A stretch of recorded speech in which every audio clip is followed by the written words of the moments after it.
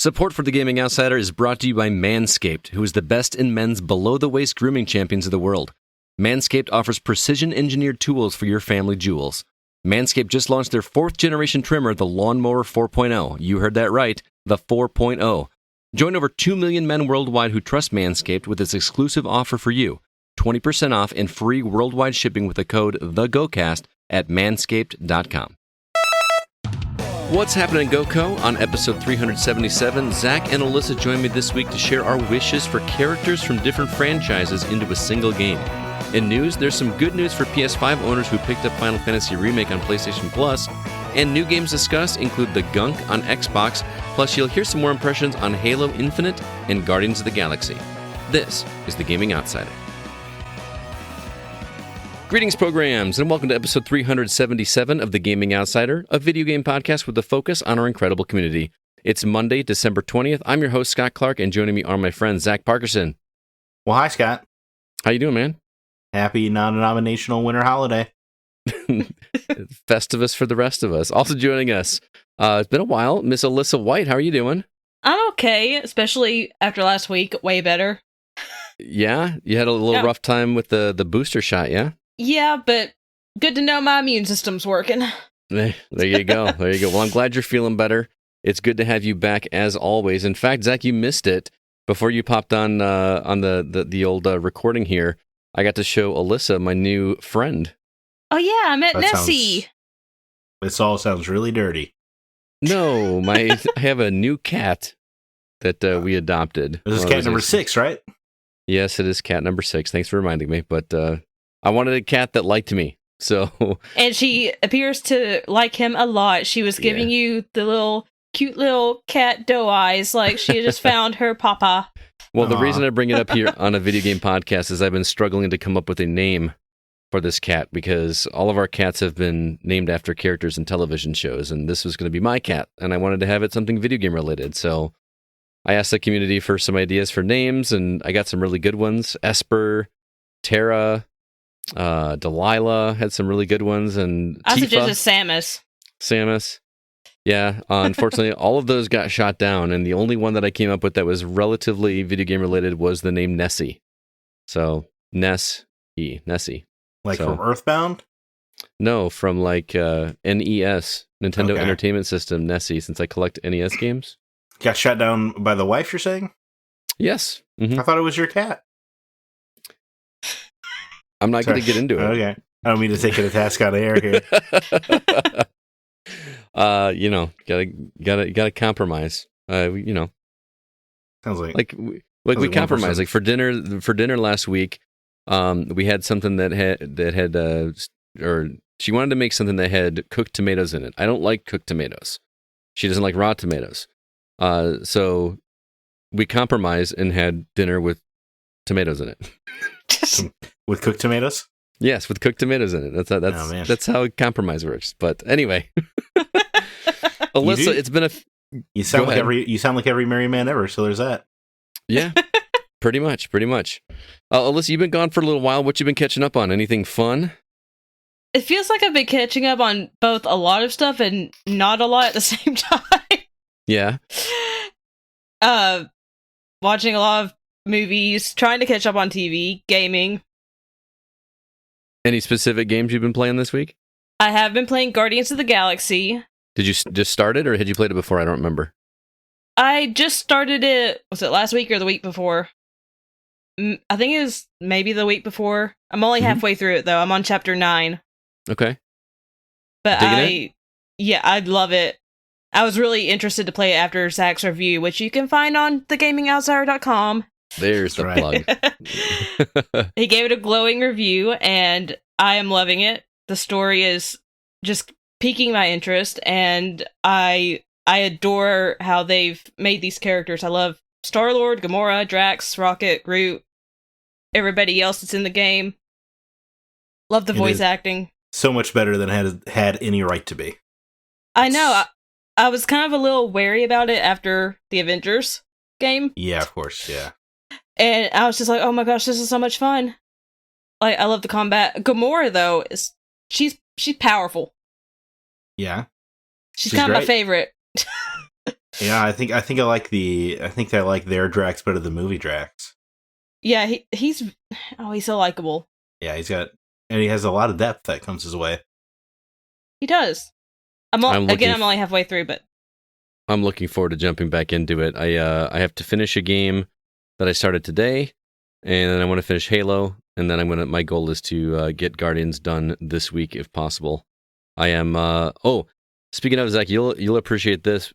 I'm last year when we did our New Year's resolution episode. If you remember, CB dared me to go a day without my phone. All right. That was the goal. So I will do it right now. I am turning my phone off for 24 hours. So, and 8 o'clock tomorrow is the next time that I will be able to turn my phone on. Wow. So there you go. Boom. It is off. I'm going to sit in my basement all day tomorrow and play games. And that's what's going to be my Tuesday. In the famous words of Ron Burgundy, I don't believe you. Hey, it's off. I've tried doing that before, and then everyone freaked out because they thought something had happened to me. I'm like, nope, I was just trying to get some time alone. Yeah, well, I still have Messenger if anybody needs to get a hold of me, and not anybody listening to this is going to be there. But I told my wife, like, hey, if something happens, get a hold of me on Messenger because I will have my laptop up, and just for emergencies. But my phone is officially off for 24 hours, so I have got 2 games I want to get through by tomorrow, if possible. It's going to be a tall order, but I'm going to try my hardest. So, what about you, Zach? Well, I finished what I suspect one of your games is, Halo Infinite. Mm-hmm. I wrapped up this storyline. Yeah. You could not have convinced me Halo Infinite was going to be a grand, epic, tragic love story, and yet that's exactly what it was. Oh, I'm intrigued. This game is all about Master Chief and Cortana. Is this a good thing? I thought it was great. Absolutely. Oh, okay. Especially the way it wraps up. I thought it was quite touching, actually. I mean, Master Chief in the storyline actually has quite a few moments of humanity that I was surprised to see, and they all come off as very honest. And I don't know, man. It was a good mystery to unravel what's happened to Cortana on the Halo ring, and it's just the ending. There's one part in particular that kind of really choked me up, actually. Wow. So, I mean, high recommendations of Halo Infinite. Not that I haven't been singing his praises for like a month straight, but the campaign is very good. Those open world areas are a lot of fun to tackle. Mm-hmm. And it ends very impressively because this is Halo Infinite, right? So it's supposed to be going for quite some time. Although we don't know what the structure is, but we do know they're adding more campaign as it go along, but they do such a surprisingly good job of making you feel like you've just seen a complete story with an ending, and also setting it up for the future expansions. I am excited. I've been playing it for the past couple days nonstop as well. I have obviously not finished it. I put in a lot of hours with this game, but barely touched the actual main missions. I think you called it before I got to the open world part of it and said that, Scott, you're really going to like this. I really like this. This is this is Far Cry in space. Ooh. but far more condensed and focused. Yes, much more. It's like a much more easy to manage map. I think the comparison you made last week was Shadow of Mordor, where that map was an open world map, but it was very manageable. It was a little bit more succinct. And I really like that. I have been just doing everything I can in the open world. All of the, the rescue missions, finding all the upgrades. I'm trying to think the fobs. There's one section of the map in the bottom right-hand corner of the map, like the southeast corner of it. I can't access that. Yeah, every time you'll get access to it. Okay, so it's keeping me from there because I'm not far enough in the main story. Is that right? Yeah, because they do a dramatic entrance of aerial vehicles later on. Okay. All right. So I couldn't figure it out because I've started to use that grappling hook like Spider-Man. Yeah, very much.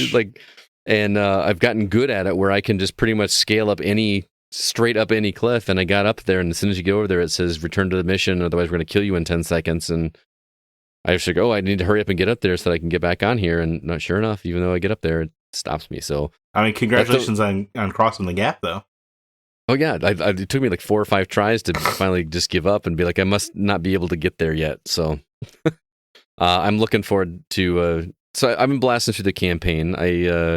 Not blasting at all. I've just now started to go through the campaign. I just finished the.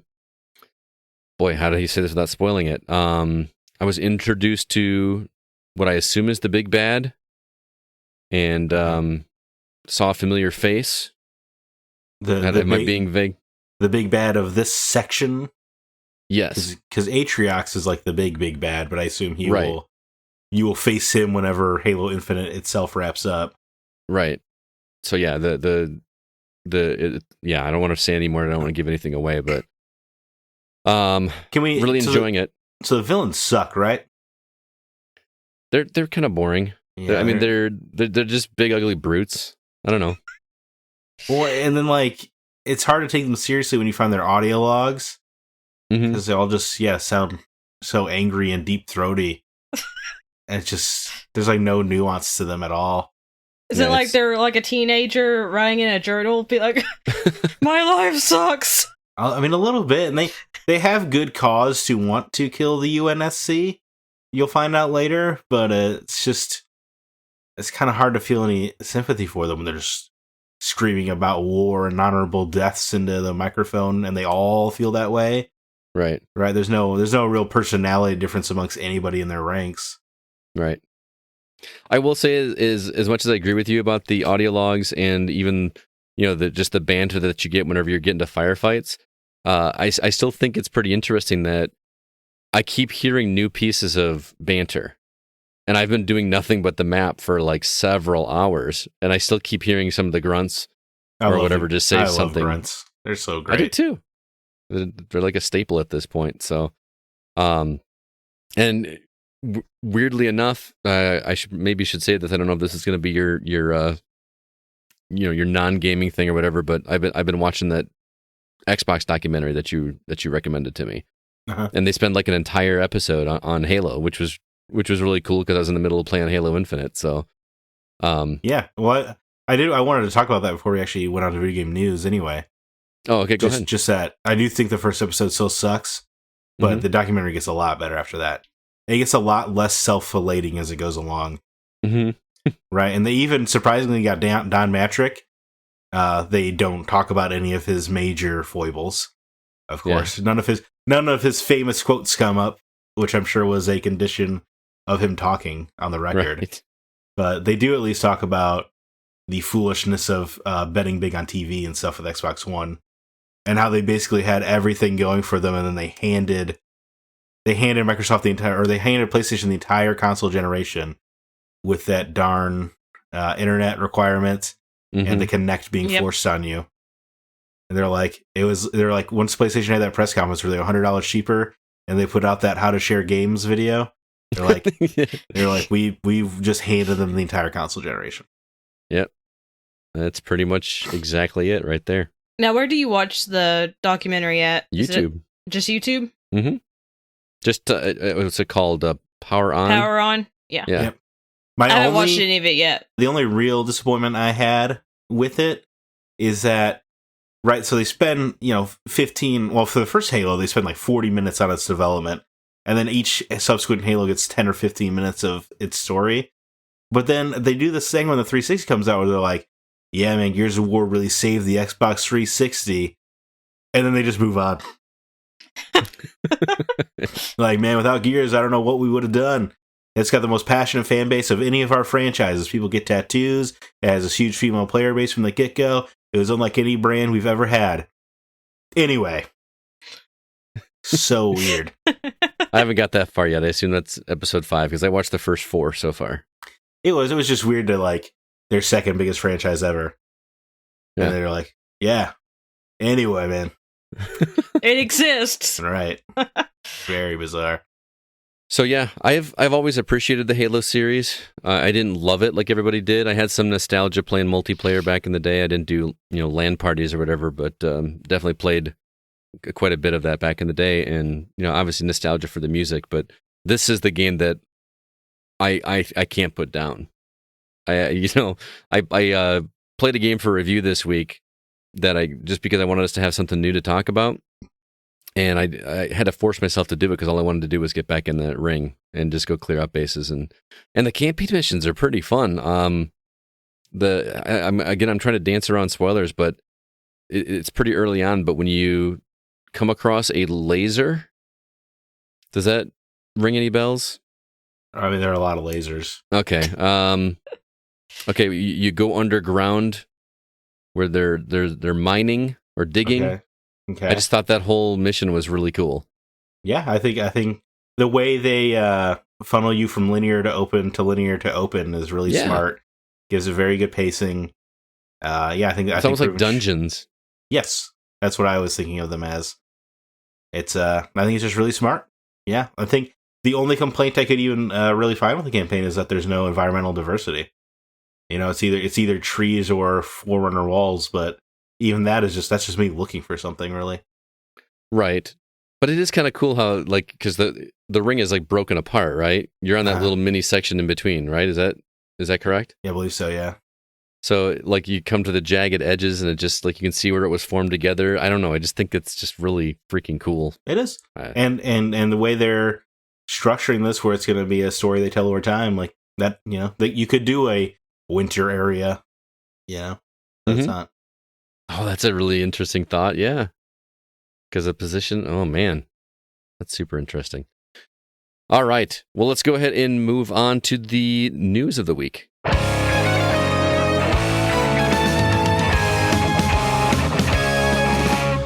Some new trailers dropped this week. There's a game called Puzzles for Clef. It comes out on Steam in the third quarter of 2022. Agent Intercept. I highly recommend you check out that trailer and tell me that it does not remind you of Spy Hunter.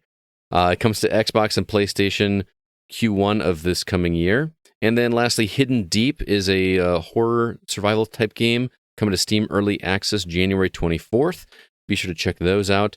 We got a bunch of new games coming to Xbox Game Pass that was announced this past week. Bully 2 may be in development once again. The Final Fantasy VII Remake that PlayStation Plus members picked up can now get a free upgrade to PS5. Alyssa, you've been gone for a little bit. Which of these stories would you like to discuss? Let's talk about Bully 2 possibly happening, because I loved Bully.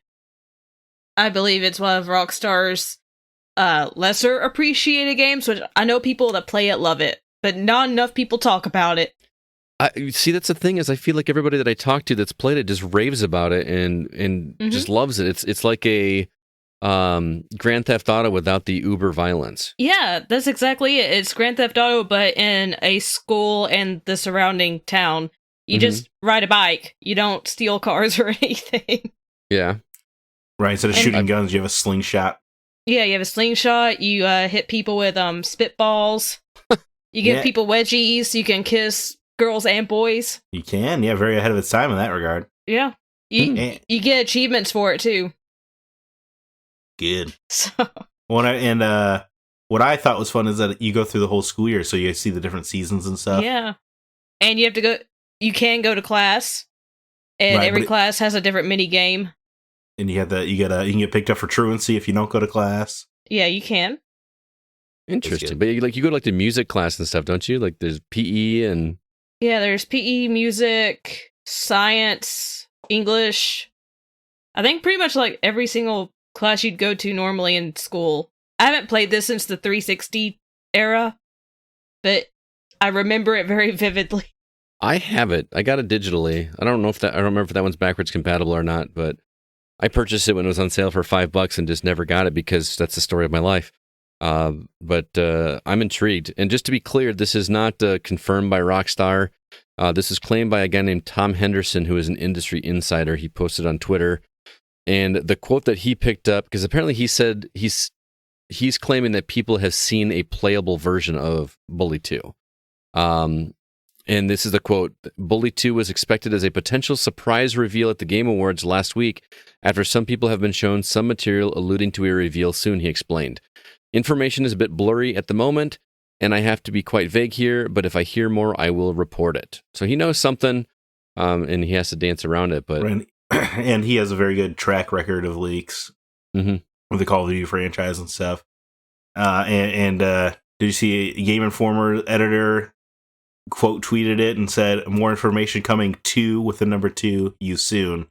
I did not see that in a now deleted tweet, which I feel all but confirms, a Game Informer cover coming. That's what really kind of solidified it for me, because there's no real. Whenever you delete a tweet like that, all you really do is kind of confirm it. Yeah, that's true. Exactly. The question is do you think they'll be playing as the same character, but like in high school, or it wasn't high school, was it? Were they in high school? Was it high school or middle school? I want to say they were freshmen. Yeah, okay. I think and it was in what do you call it? Boarding school. Yeah, like they lived on campus, but yeah, I think it was actually freshman year in high school. So would you want the same character, just like a little older, or do we want a brand new character? I think I would want a new character, just because Jimmy kind of goes through a journey where he starts off as this bully little brat and kind of learns about himself and the way that it impacts others, and then by the end of the game becomes an anti-bully. He's starting to just beat up bullies. It's kind of a cool little story. So I feel like Jimmy's tale is over to me. I would rather see someone else. That was always the great irony of the game Bully, is that all the Fox News was like, it's a school shooting simulator, even though it's a game about how bullying is terrible. Mm-hmm. Yeah, it was really I want to see it at the elementary level. I mean, the worst criminal activity I think you do, besides, bully kids at school, you can go and do some graffiti in the town. That's about it. I remember you can throw snowballs at hobos, I guess. Oh, yeah, you could throw snowballs at people. About as bad as it gets. And, I mean, if they really do Bully 2, I admire the brazen balls on Rockstar. Because I feel like we are in far more sensitive times than we were even then. Absolutely. Because back then, it was only one side of the aisle who got up in arms about this kind of stuff, and now it's both. Mm-hmm. But Rockstar really is the only company left with a real FU attitude. Mm-hmm. I really think they want to stir the pot, I feel like. Well, because the controversy helps them sell games. Yeah, and it's also, for a company that has built so much of their catalog on satire, of making fun of society with Grand Theft Auto and Red Dead and stuff, every time you release this game and everyone talks about how terrible it is, and then you all buy it anyway. Yep. It's true. What better satire of capitalism is there than that? Exactly. All right, Zach, what about you? I have a sneaking suspicion which story you want to talk about. Oh, really? Yeah. I mostly want to talk about Agent Intercept. You do? Okay, because that's what I wanted to talk about, too. Doesn't that look great? This is I want more Spy Hunter, and since I'm not going to get more of that, give me Agent Intercept. Absolutely. I was very excited. Apparently this has been on phone, mobile for a while. Oh, really? I never heard of it until this is the console announcement of this coming. So, well, I'm very excited, man. I think Spy Hunter is such a great franchise. Yeah, I feel like if you had put the Peter Gunn theme over this trailer, it just would have been Spy Hunter. Right. Straight up. Yeah, I think I like every Spy Hunter game I played. That's a fun little franchise. They're nice and simple, and this looks just like that. I was very excited when I watched this trailer.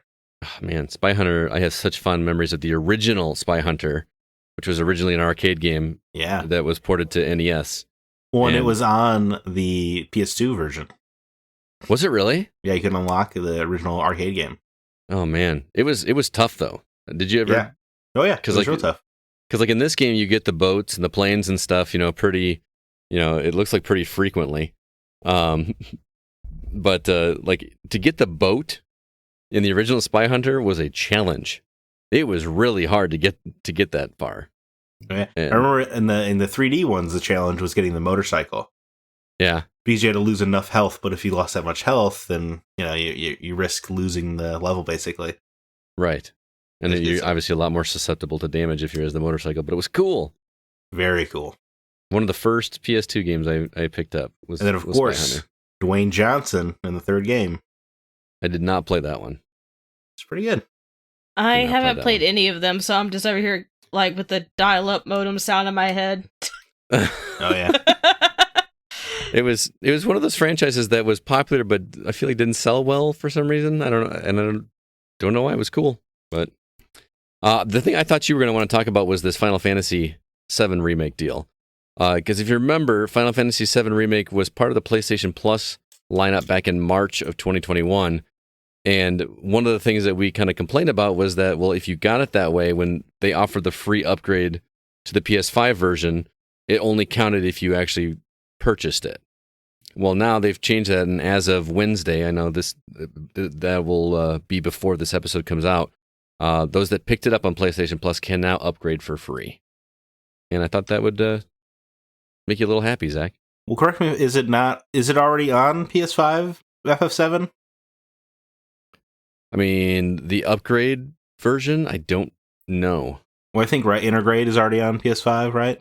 Yeah, Intergrade is. Yeah, but well, that is the upgrade version, I thought.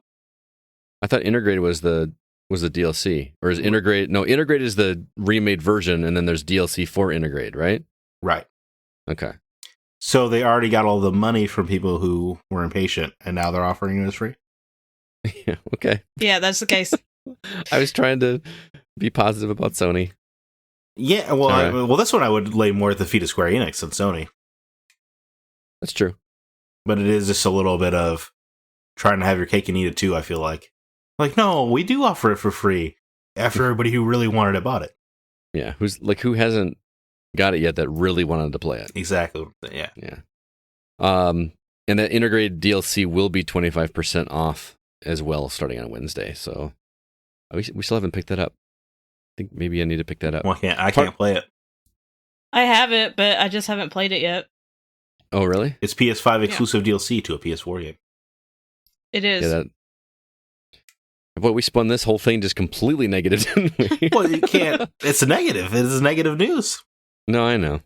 I was excited to have something positive to say, but you're right. That is pretty crappy. Part of me wants to upgrade just to see the difference, because that game would look gorgeous on PS4. I haven't touched it since I beat it. It might be fun to go back and, because I played that in like a week. It was very, spring very break good. on that game. Yeah. Could not put that game down. The music was fantastic, and I would like to see how it looks upgraded. Is that one that you can choose either frame rate or resolution? I'm sure you can. Yeah, I'm not sure. Ray I played it on tracing. PS4. I would like to kind of mess around with those and see if I can see the difference, because somebody in our group was saying, not necessarily for this game, but they figured out how to turn ray tracing on and said that their jaw hit the floor. So I have not tried doing that with the game yet, and I need to. Also want to mention quickly just some new games that are coming to Xbox Game Pass. Actually, I believe as of this recording, they're all available now. I won't read the whole list, but some of the big ones that stand out, we knew it was coming. Among Us is available now. Firewatch, Broken Age, which is a game I had actually never played. That was a kickstarted Tim Schafer game, right? Yeah, it was the Double Fine game, and they made a documentary along with it. Yep. Starring Elijah Wood. That's correct. Oh, I did. Oh, that's right. I forgot about that. The Gunk, which we're going to talk about a little bit later. Zach's highly praised Lake is coming to now on Game Pass. Guys, play Lake. It's on Game Pass. No reason not to.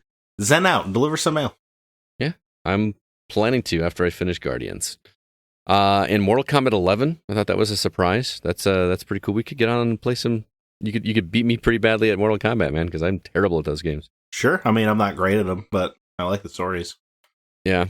I think everything else here, Transformers Battlegrounds, those are the big ones. Did any of the others stand out to you guys, or did I pretty much cover the bases there? I have downloaded the Gunk and Lake, which I am more excited for Lake, to be honest, but Gunk has interested me. Mm-hmm. I got interested in Gunk when I heard it was about 5 hours. Yeah, right? That's me too. Yeah, I heard it was 4 or 5 hours long, so I was like, oh. Nice and short. Perfect. Yeah, absolutely.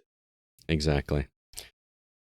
Well, moving on, want to remind everybody of our Patreon. We do have a place that you can donate funds to the podcast. If you like what you listen to and would like to help us out, we would appreciate it. Our website is patreon.com/thegocast. And if you subscribe for a monthly subscription, you get some extra goodies. If you are at the $3 a month level, you can get one bonus episode every month. And if you're at the $5 per month level, you can get 2 bonus episodes. We've got lots of content for you there, and you don't only get the new ones, you get all the back catalog as well. We've still got up our Legacy of Metroid episode, where Zack and I talked about Metroid up until Metroid Prime, I think is where we cut off. Just all the 2D Metroids, is that right? Yeah, well, we covered after Metroid Prime, just only 2D Metroids. Only 2D Metroids, all right.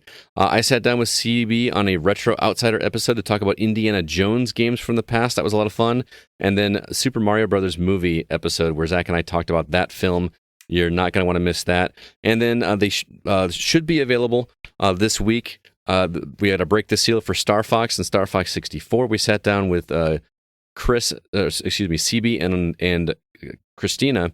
Christina had not played either Star Fox game, and CB had never played Star Fox 64, so that was a pretty fun discussion. And then we also did an episode on a couple video game movies, Resident Evil, Welcome to Raccoon City, and 8-Bit Christmas. Spoiler alert, we liked one of them, and we hated the other. I'll let you decide which one that is, but you're going to have to listen to the episode. Again, patreon.com/thegocast. We really do appreciate the support. Let's go ahead now and jump into the games that we've actually been playing.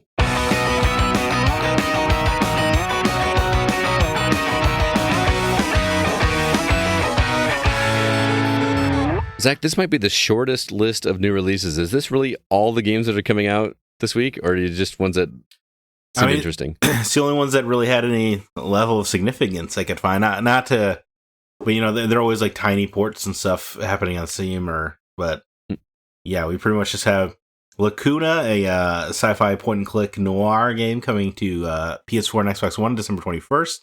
Very heavily pixelated. 2D space shooter Rigid Force Redux comes to PS4 December 23rd. And then Tunnel of Doom, a roguelike. So I don't know, Scott, if you're somehow looking for something to play on Christmas Eve, that comes out on Xbox One, Switch, and PC December 24th. Obviously, it's not a week for video games. It's a week for The Matrix. So I understand why everybody pipes up to side. Makes a lot of sense. I will not be playing any of these. It was I'm just going to straight up say it. It's a pretty light week, absolutely. But I mean, I think Lacuna looks cool. I'm not gonna get to it. Yeah, I think it looks cool as well. But if I ever get to it, it's gonna be when it's down the road a ways. That's like the bummer of having so many good games coming out is you feel like you're missing out on some of the other ones that you do want to check, but you're just never gonna get to it because by the time you could get to it, it's just kind of old news. I don't know. I hate. Well, it's also feeling cynical like that. By the time you have time to get to it, something else you're interested in will have come along. It's just we need to bring back the bad video games. I feel like every game at worst is good these days. Yeah, it's like we're complaining about having too many good video games at this point. Yeah, it's terrible. I mean, 12 minutes, I guess. It's pretty bad, but otherwise, we've been doing pretty good. Yeah. But speaking of new releases, Scott, you played the Gunk. I did. On your Xbox Series X, presumably. Correct. Started it today. I've got just about an hour and a half, maybe 2 hours left. Isn't that exciting? I know. I love it. The fact that, if it weren't for recording tonight, I would have finished it tonight because I had to force myself to put it down. So it's that good. Oh, wow. I am really enjoying it. I mean, this is not, this is made by the developers that did SteamWorld Dig, that series. Are you familiar with those games? Yeah. So I am, yeah. Is this their first 3D game then? Yes, which made me nervous because they've always done 2D games or they've done card battle games, and it's so weird. I don't even know how to describe. I can't tell you why I feel this way, but I didn't know it was that developer until I was playing it, and as I was playing it, I was like, man, this feels like this reminds me of SteamWorld. It has nothing to do with that series. There's no digging, there's no roguelike elements or anything like that. This is just a straight linear game, and but it has that flavor. You ever play a game by a developer that just you almost know it's by them? Yeah, I mean Remedy very much has a house style. Mm-hmm. That's true. Yeah, it's just it feels that way. But the story in this game is you are one of 2 scavengers in the galaxy. And you come across a planet, you're looking for energy sources. You got 2, I'm not going to say bubbly characters, but very animated characters. You play as Ronnie, and then Bex is the other. They're both female characters. She kind of stays back on the ship while you go out exploring. And the game is called the Gunk because, in the very beginning, you discover this giant pile of what they label as gunk. It's just like this blackish brownish goo that you basically have to clean up. And you do so with, Ronnie has like this arm attachment that acts as like a vacuum cleaner sucker almost, like you basically suck up all the goo. You remember like in Mario Sunshine how you had to like clear all the gross stuff off of the levels, but did it by spraying water? It's like that, but reverse. Instead of spraying water on stuff, you're actually like aiming this cannon and sucking up all this goo, which is, there's something immensely satisfying about doing it. And you're saying it's linear in structure? It's linear, yes. I mean, although there are some branching paths, like you'll come across, because it's not a combat-focused game. It's very much like a puzzle game. So like you go into an area and you have to figure out how to progress to the next area, but that one area may have 2 or 3 branching paths where like you have to, go solve, like in a Lara Croft game or an Uncharted game where there's like 2 switches that you have to hit and you have to solve the first one by going down this tunnel and solve the second one by going down this tunnel. Yeah, definitely. Yeah. It's those kinds of puzzles, but most of them revolve around this gunk mechanic.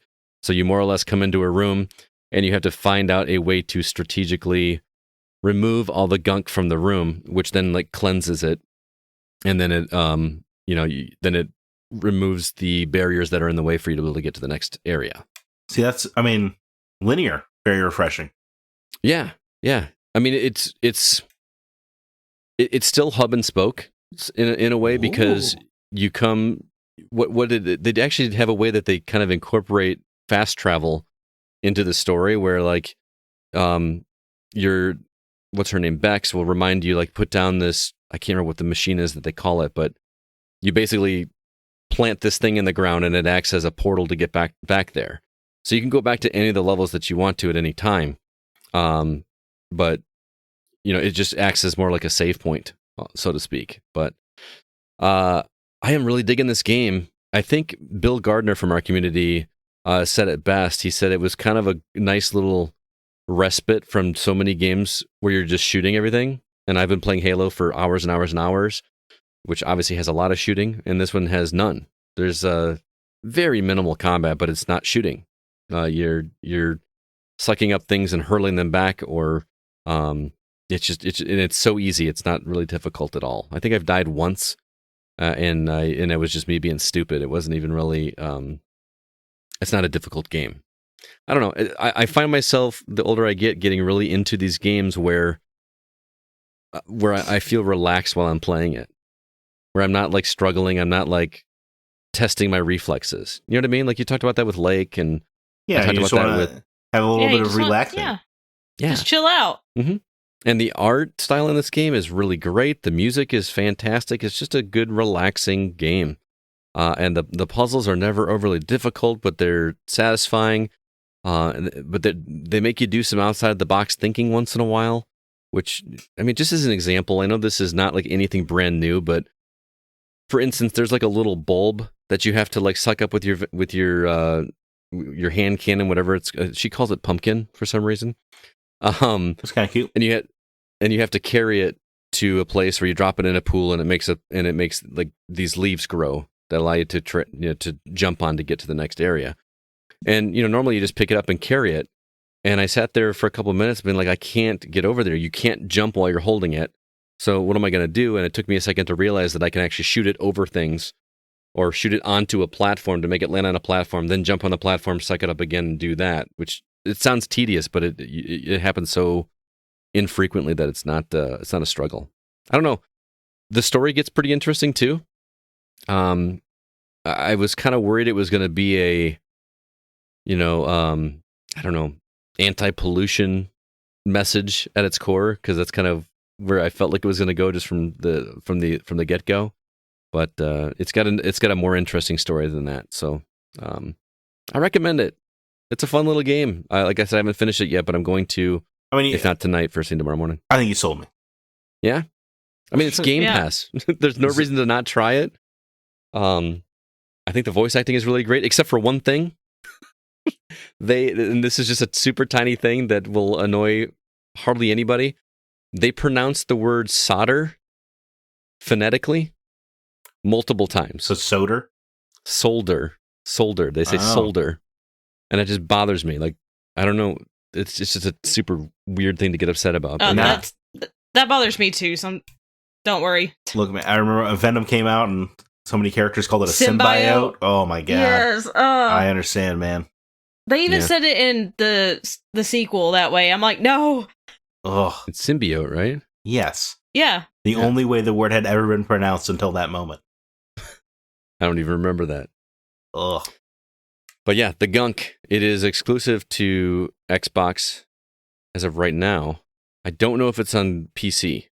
I will have to get back to you on that. But yeah, fun little game that just... It's weird that it doesn't get old to me, because really you're kind of doing the same thing in every area. You're just sucking up the gunk. But they do it in ways that are a little bit different, and the mechanic of it is just so satisfying. You know how like in games like Ratchet and Clank, when you collect all the bolts or whatever, and they just kind of come to you and it makes that noise and it feels just very soothing almost? Or I'm trying to think of other games that just have a mechanic like that just feel good. Lego games. Yeah. You know, when you collect the bolts and stuff like that. You're not collecting anything here. You're just kind of tearing apart you're just sucking up all this stuff. And it feels really good. The upgrades are meaningful, which I know you'll appreciate, Zach. They do. There's only like 15 of them, and the way that you collect them is interesting too, because you're collecting resources as you go. There's either like organic or pieces of metal or fiber that you have to use to cash in to buy these things at the store. But in order to even make them available for purchase, you have to scan items in the environment. So whenever you come across a new piece of biology, you scan it, or even not biological, even like the switches and things or the bridges, you scan them, and that's how you level up. You level up not by killing things or sucking up gunk. You level up by scanning environment, and then a new upgrade becomes available that you can purchase. That was kind of cool. Yeah, just like a fresh way to do it. I thought that was really cool. And the gunk itself is a resource. So not only are you doing it, but it's actually like helping you purchase new things as well. Simple little game that is just very satisfying, and I highly recommend it. That is the Gunk. All right, moving on. We have some new Facebook members to say hello to. If you're not a member of our Facebook group, you can join it over at facebook.com/groups/the GoCast. Want to say hello to Tyler Streeter, Justin Gain, and Janelle Voilis. Welcome over there. Also, if you haven't joined Discord, the link is in the show notes for this episode. We would love to have you join over there. And also, if you get a moment, give us a review for our podcast. It is available pretty much everywhere. But if you're listening on Apple Podcasts or Stitcher or Google Play Music or wherever you listen to, and you have the ability, we do appreciate those reviews. It helps us get the word out about what we do. We would always love to get in the ears of more people out there. Lastly, our website is thegamingoutsider.com. You can find all our episodes as well as all of our written content. And this past week, Jacob wrote a review for Phoenix Point Behemoth Edition, which he spoke on either last week or the week before. So check that out, as well as all of our other written content. Before we get to the topic, I want to remind everybody that this podcast is partially brought to you by Manscaped, which is a product initially designed for men's grooming. But Alyssa, you've been using these products as well, and you are digging them just as much as we are, correct? That is correct. And we got some new products, which I've been able to use a little bit more of. Mm-hmm. I received some lip balm and some body wash and some 2-in-1 shampoo conditioner. And I actually really like the smell of the body wash. It's probably more manly than most women would like, but I dig that smell. Yeah. I don't mind smelling like that. And I love the lip balm. It does its job. It feels really good. Smells great. I have not used the shampoo and conditioner just because I have to use special stuff for my hair. Girl stuff. I gotcha. That was going to be my question, because I know that generally speaking, women are a little bit more picky about their hair products than men are. We just want to get it clean. So if you do try that, I'd love to hear your thoughts on it, because I am really digging it. I also love this. I feel like it's going to be weird if we all hang out together in person. And we'll smell the same. But yeah, these products are great. I use the body wash and shampoo daily, absolutely daily. It's just part of my daily routine. The deodorant is a daily use for me. Still digging that. This is going to be a regular purchase for me. Zach, you digging it as well? I mean, of course, we sing the praises every week on here, but yeah, Manscaped's great. I did some trimming recently. It's so crazy to me that it doesn't tug. On War 4.0, there are precious little bits down there. That's nice when they don't get damaged. Absolutely. And we've got a promo code for you guys if you'd like to try out the products and get a discount. If you head over to manscaped.com and enter the promo code TheGoCast, all one word, it will give you 20% off as well as free international shipping. It's an awesome product. You will not be disappointed. And many of our listeners that have purchased these have raved about it as well. Highly recommend it. Manscaped, your balls will thank you.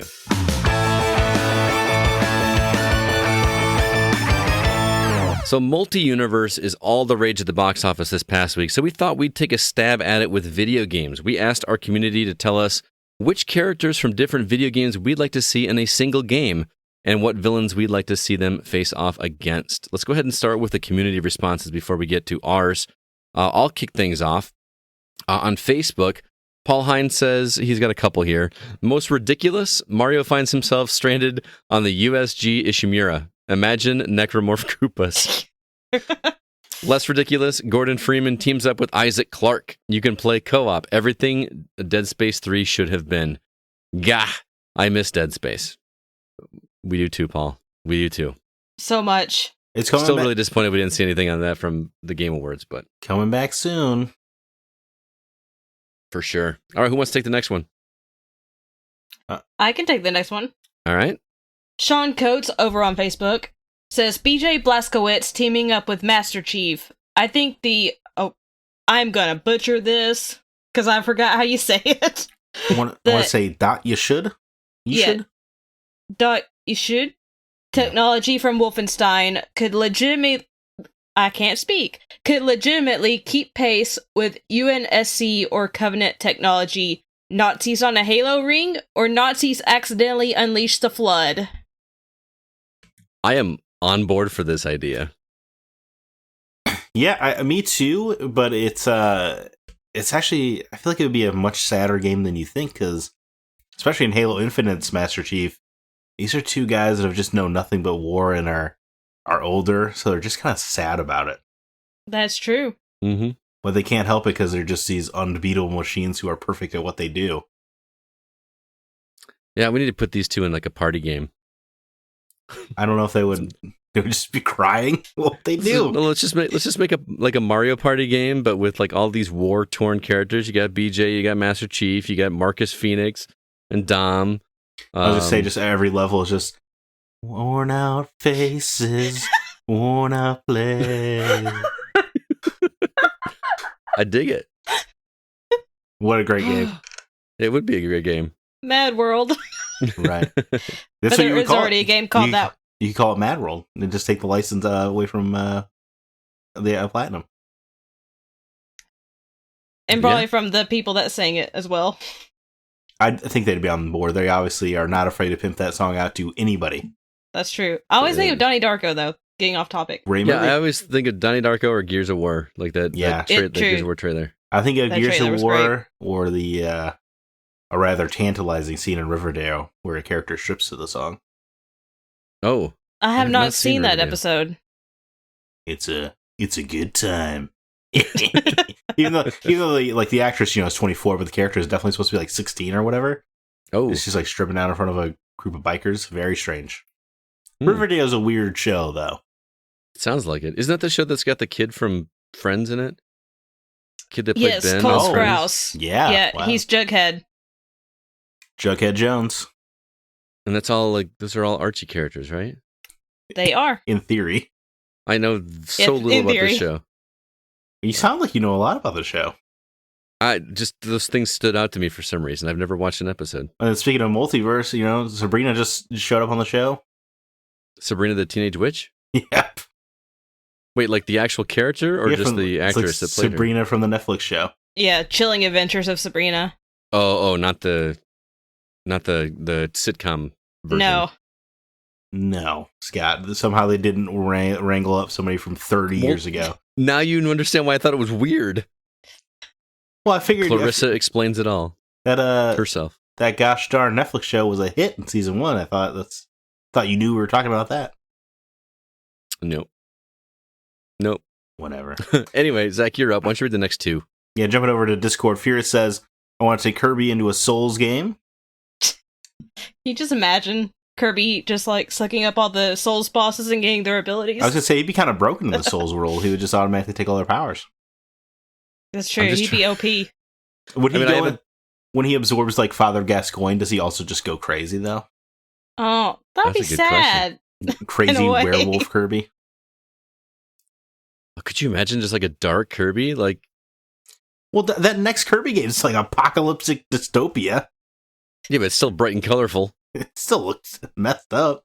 That game looks great, by the way. Absolutely it does, yeah. There's I'm no question. really surprised I'm excited about a Kirby game for the first time since Kirby 2. Ever? I like the original Kirby. Daniel Gomor also writes in, due to the similarity in theatrics and humor, I wouldn't mind seeing Devil May Cry and Bayonetta cross paths. Oh, that would be incredible. Dante and Bayonetta would hit it off. You know what I'm saying? Those are two people who are down to clown. Yeah, so this is a crossover that's like on the why hasn't this happened level of like Tomb Raider and Uncharted. Yeah, but the real question is who would be bringing the marshmallows? Because I'm bringing the fire. Oh. All right, Alyssa, why don't you take that last one? Kevin Honingford says, although I haven't played any Halo games other than the OG until Infinite, I always thought it would be cool to see the entire worlds of Halo and Doom brought together. I'm sure there's a portal to hell on one of the rings, right? So, kind of a similar concept to what Sean said. Two different id properties there. I say just bring them all together. It's a multiverse, right? Not a duo-verse. Let's just, DJ Blazkowicz, Doom Guy, and Master Chief all in one game together. I mean, I'm in. Me too. I'm surprised Kevin didn't try to bring Sonic into there because it's a ring. I mean, you want to talk about going fast? You could just run in it's like a built-in hamster wheel right there that just goes on forever, right? Let's see what that top speed really is. I'm in. I like it. I'm in. That's what our listeners thought. I am intrigued to hear your guys' responses because mine are going to be lacking here. Zach, you're the most creative of the three of us. What multiverse did you come up with? Oh boy, I don't know about most creative. I mean, my first thought was bringing the cast of Persona 3, 4, and 5 together, because especially with Persona 4 Arena, they kind of set up a good reason for them to team up. Mm-hmm. But then I remembered it's not really a multiverse because they're all in the same universe, actually. So I kind of okay. Yeah, it's true. But they should do a sequel, gosh darn it. If you play Persona 4 Arena, Elizabeth is up to some stuff that relates to Persona 3's ending, and you need the cast of 3, 4, and 5 to team up to handle that business. It's interesting you say that because that's a very similar answer to mine, but I'll wait till my turn. Remember you said that. Okay. I will file it away. And then, so I think a fun one is, I'm going to call it the Silent Guardians. Okay, you're going to take Gordon Freeman, Doom Guy, Samus Aran, Point Man from the Fear franchise, and we're even going to take the rookie from Halo ODST. And you know what? We'll throw Jack from BioShock in there too. All these silent first-person protagonists, and then they're going to go up against just the G-Man. That's because that's all you need in the scenario. That's the villain from Half-Life? Right, who can pause reality and stuff. So you're really going to... Maybe, Fear Man, or the G-Man and Alma, let's say, teaming up. Yeah, maybe he's using Alma. I think Ninja Gaiden, so you're going to have to remind me what Alma is. Oh, she's a evil lady in Fear. Yeah. Oh, okay. But here's the kicker, okay? They're going to be fighting. They can't do it. They're losing. Just the power of G-Man using Alma's too much. Other than in comes Miles Kilo from Syndicate. He's your top gun. Because then 4 people in the world will know who that is, and it'll be fun. Oh, okay. Does he speak as well, or no? No, none of these characters speak. That's the Okay. that's the whole idea. So is there going to be any like climactic moment where they all have to speak? Like, I can imagine them coming across, I don't know, voice recognition software, and they're all like, "What do we do?" Just can't get past the door. That would be amazing. That would be a great joke, wouldn't it? I think that'd be great. That would be great. Okay, and then here my second plot idea here. You take a Joel from The Last of Us, a Booker from Bioshock Infinite. You take Papa Nier, Master Chief, and Kratos, and it's the Sad Dad Brigade. I knew it was going to be a sad dad thing. And their ultimate enemy is depression. Oh. Oh man, like a physical embodiment of depression, or they just all like sit around and like work out their feelings? I was mostly just going for the punchline. Okay. But, I hadn't really thought it through. Again, another game that needs Mad World playing in the back. Right? Yeah, absolutely. just a bunch of sad dads. I like it. Is that it? Yeah, that's about it. Yeah. That's awesome. You did way more than I did. So, Alyssa, what ideas did you come up with? I had a couple, which Zack already mentioned, combining Tomb Raider and Uncharted, but I think it would just be cool to have Nathan Drake and Lara Croft interacting with each other. And, Lara Croft's way more serious about tomb raiding than Nate really is. He's just much more witty and funny, goofing off. She's very serious. It'd be really interesting to see how they clashed or were similar. Did they fall in love in your game? I don't want to break up Drake and Elena. I love them so much. Okay. There's a high percentage chance she just shoots him in the shin and moves on. That's true. She straight up murdered a dude in that first Tomb Raider for treasure. That is true. In actual cold blood. Yeah. So I think I don't know if Nate makes it out of the story. I'm sure he would, because he's made it out of. He survived airplanes dropping cargo, or not airplane. Yeah, it was an airplane dropping cargo in 3, right? In 3, yeah. Yeah. No, you're right. And then the train hanging off the cliff. Yeah, that was 2. Yeah. So he survived some things no one else could. I have underestimated Nathan Drake's dumb luck. I apologize. That's true. But if there's like a bear trap when they go up against that T-Rex, I'm pretty sure Lara's leaving him behind. Yeah. By the way, did you ever figure out that if you played it on PS1 and you went up against that T-Rex, there was this little crevice in the rocks that you could hide in, and the T-Rex couldn't get to you. So you could just defeat it, keep trying to. No, I did not know this.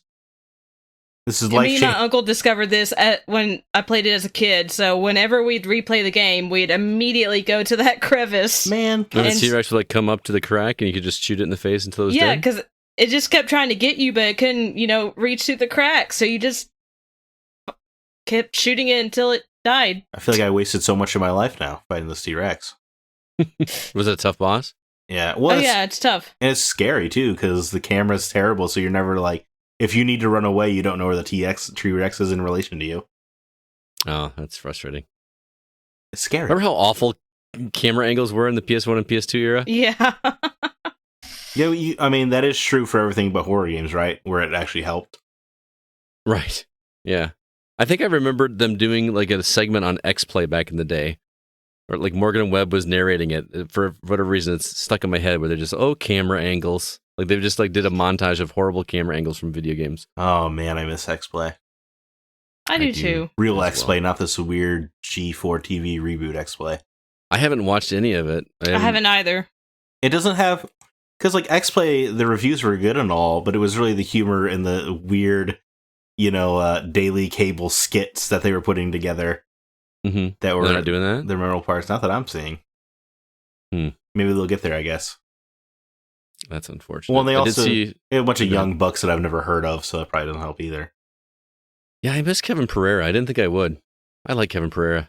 He shows up a lot in that Xbox documentary. I know, that's what made me think of it. I was like, hey, I recognize him. And man, Ryan McCaffrey, I really like Ryan McCaffrey a lot. He's incredibly likable. Yeah, likable, but also professional and such an obvious expert on Xbox, too.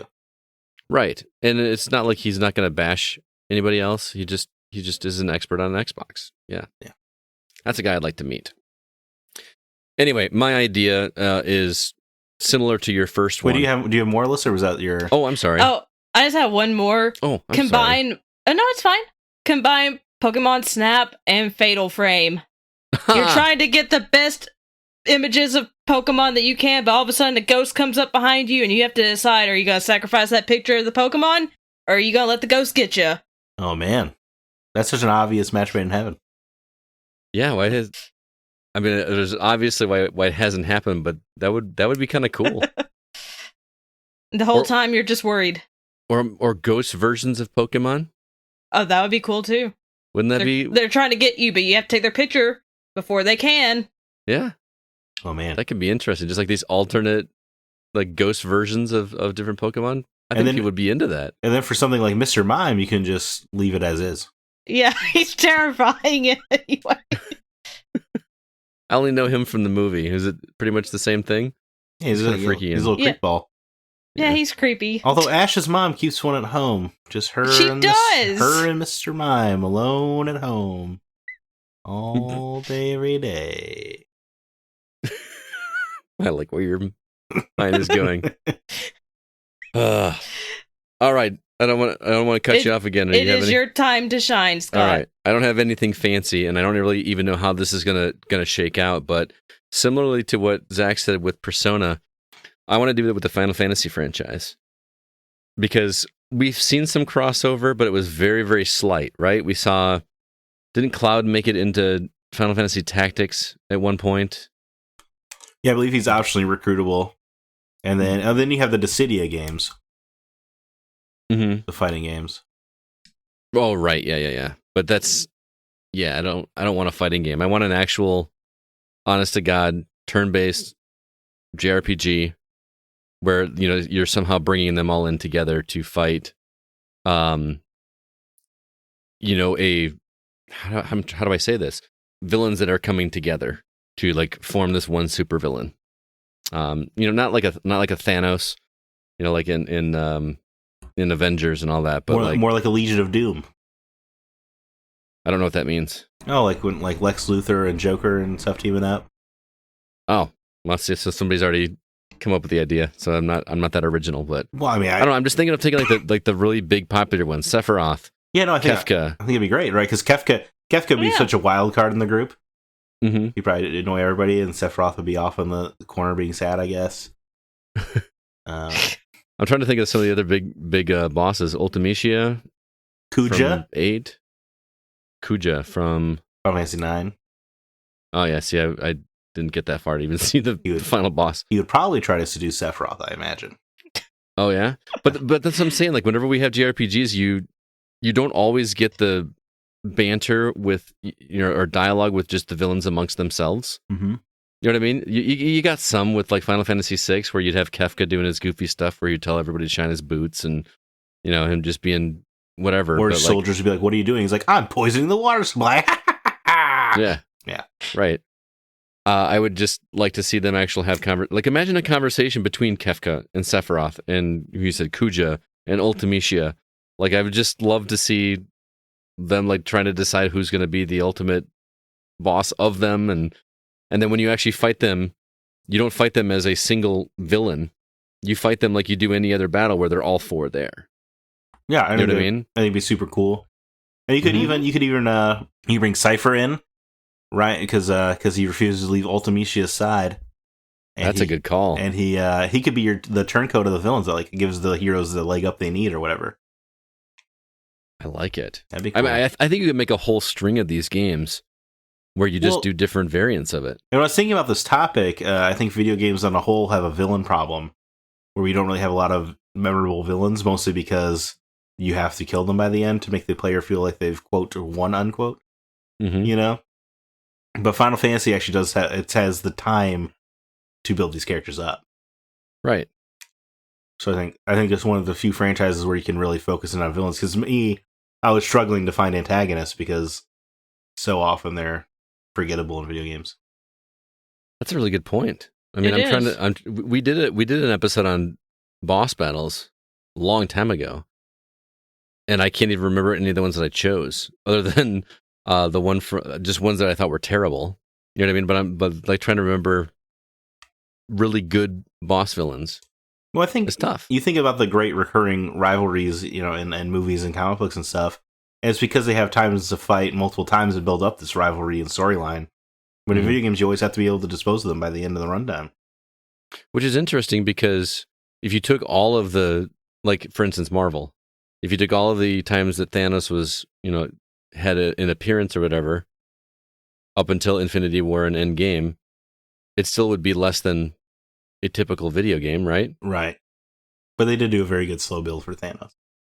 No, I agree. I'm not knocking it. I'm just saying it's interesting to me that, it's got to be a 40-hour or more game for us to have that same feeling that we'd have with a movie franchise. Well, and is it just time, like how much time it took between each movie that it's part of it? Well, I think, and to your point, is video games don't often let you see the villains, talking to each other or whatever, commiserating, because they want to make you feel like you're the main character, right? So they lock you into their perspective. Mm-hmm. So it's hard to get those scenes. Like, honestly, like Master Chief and Spartan Locke should have been incredible in Halo 5, but they fumbled it so poorly.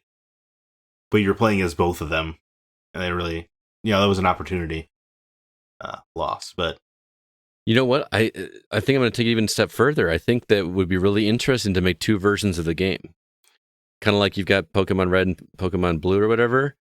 But instead of doing that, you've got one where you're playing as the heroes and one where you're playing as the villains. I would love to play as Sephiroth and Kefka and all those, where you're playing them going through fighting whatever to work your way to the final boss, which in this case is going to be Cloud and God, I can't remember his name, Squall and Zidane. Like the characters, from the respective games. Wouldn't that be cool? I mean, I think your idea has a lot of potential. I do too. Right, and then they can summon Sin from Final Fantasy X or something. That could be one of your big bosses. Here's the question: would we do it in current graphics, or would you go back and put characters from the PlayStation 1 through 3 era into sprites? I mean, I would want it current graphics, but yeah, I would want it current as well. I would too. Just I'm thinking of what they did with Octopath Traveler. How they were sprites, but they were just still gorgeous looking sprites. Like HD sprite work, I think what they call it. Yeah. So that's my idea. Multiverse, Final Fantasy, and then you could even just bring in some deep cuts for the people that go all the way back to the original Final Fantasy, which I still haven't played. I tried. It's very hard. It's very hard if you do not know what you're supposed to do in those games. Well, I know you're up against chaos. Oh man, chaos. When does that game come out? By the way, you were into that. You were into that demo, weren't you? Yeah, I mean, I'm not alone. I feel like the people are like, "Oh, it actually plays surprisingly well." Mm-hmm. Does it come out in March? Does that sound right? I feel like I haven't heard anything about it in a long time. I haven't heard anything about it since E3. Yeah. I think that game is best served by staying quiet for a while. Yeah. Maybe put out a new trailer devoid of meme potential in February. I mean, at this point, people are just going to make a meme out of anything after that last one. It was pretty bad. Chaos. It was pretty bad. All right, well, stay tuned to our social media outlets for next week's topic. We're coming up at the end of the year, and it's getting exciting. Starting to put together top 10 lists for the year. I'm trying to round out some games this week, but next week will not be Game of the Year discussion. We like to wait till January to do that, right? Right. We do prefer the year to end. Yeah. Foreign concept, I know. I know it's so weird, but I'm gonna have to go back and look at the list and see which games I played all the way back in January. January seems so long ago. Yeah. But yeah, looking forward to that. So we will have. I promise I will have the topic up sooner than Monday morning next week. I'll give you guys the weekend to try to respond to those comments. We do appreciate the feedback, though, and thank you to everybody that wrote in this week. But that is going to do it for this episode of The Gaming Outsider. Zach, any parting words or recommendations for the listeners before we get out of here? Yeah, I mean, I rewatched the Matrix trilogy in anticipation for Resurrections, and I just want to say it remains pretty much perfect. Very few flaws in the Matrix franchise.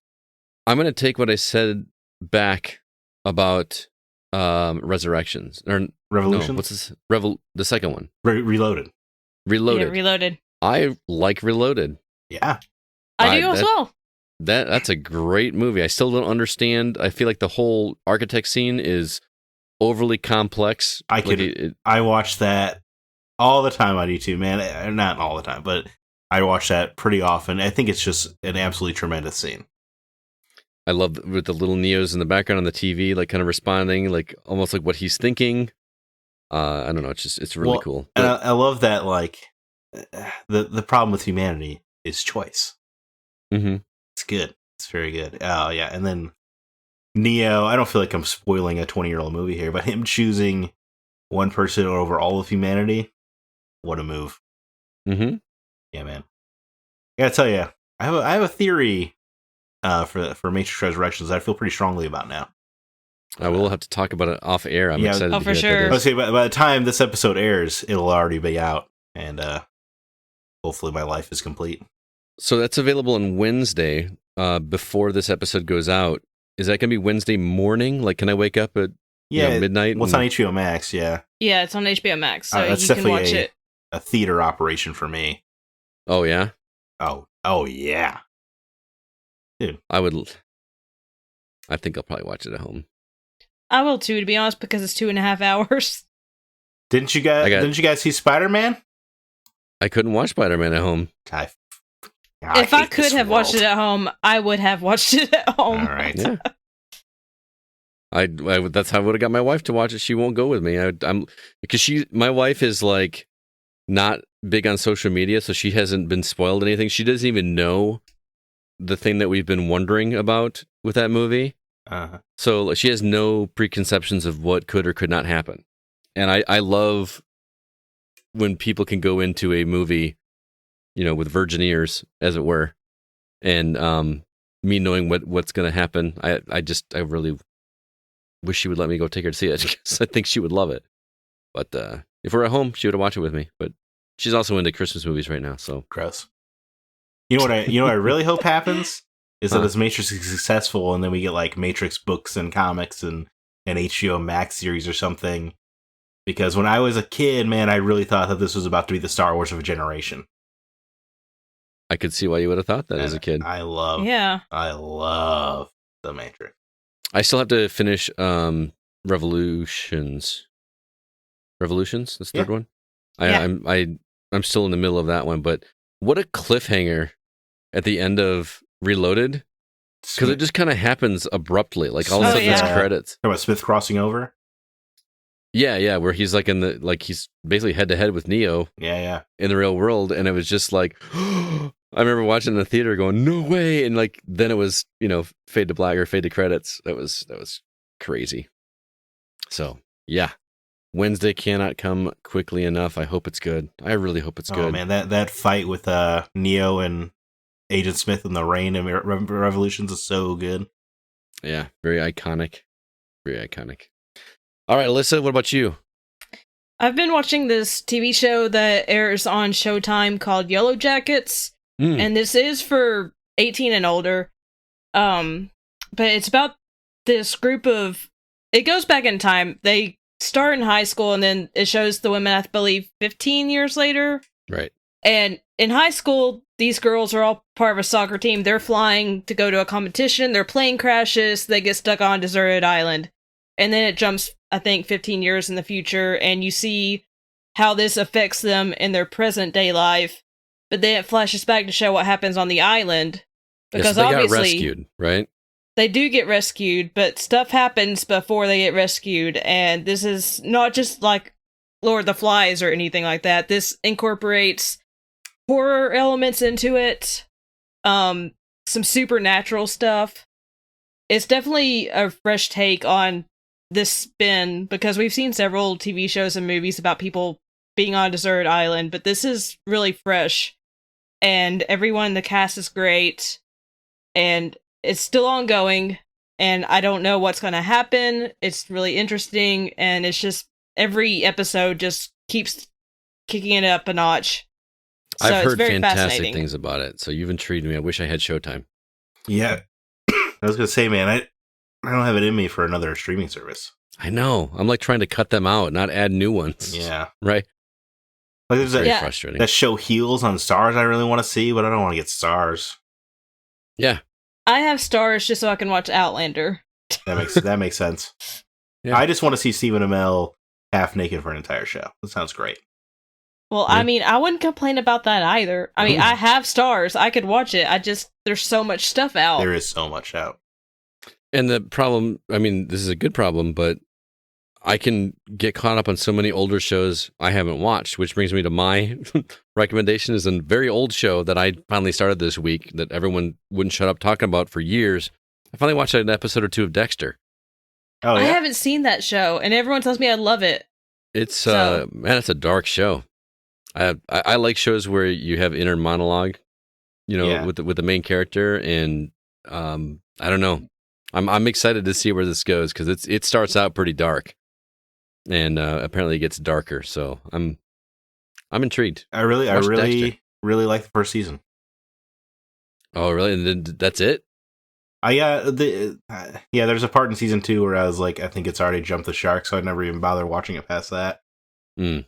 But I know I'm in the minority on that. It's not supposed to get bad until later. What made me jump into it was that there's a new one out, right? Right. That kind of continues. New Blood or something? And that's getting pretty positive reviews. So I'm like, I should go back and watch that. But to your point, Alyssa, there's so many things out there that I haven't watched. I've never watched Sopranos.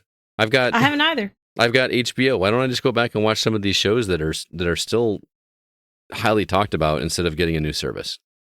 Because I don't need another service. The Wire. I'm going to have to get Paramount. I haven't watched that one. I watched part of The Wire. That's pretty good. Yeah, Paramount Plus for Halo. Yeah, because I just want to see what they do with it. It's looking good so far. That's good. I think that's a nice start. It is looking good.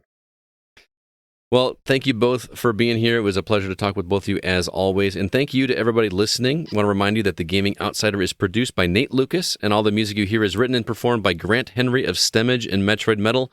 His website, once again, is stemagemusic.com. Please be sure to email us if you have any questions or concerns.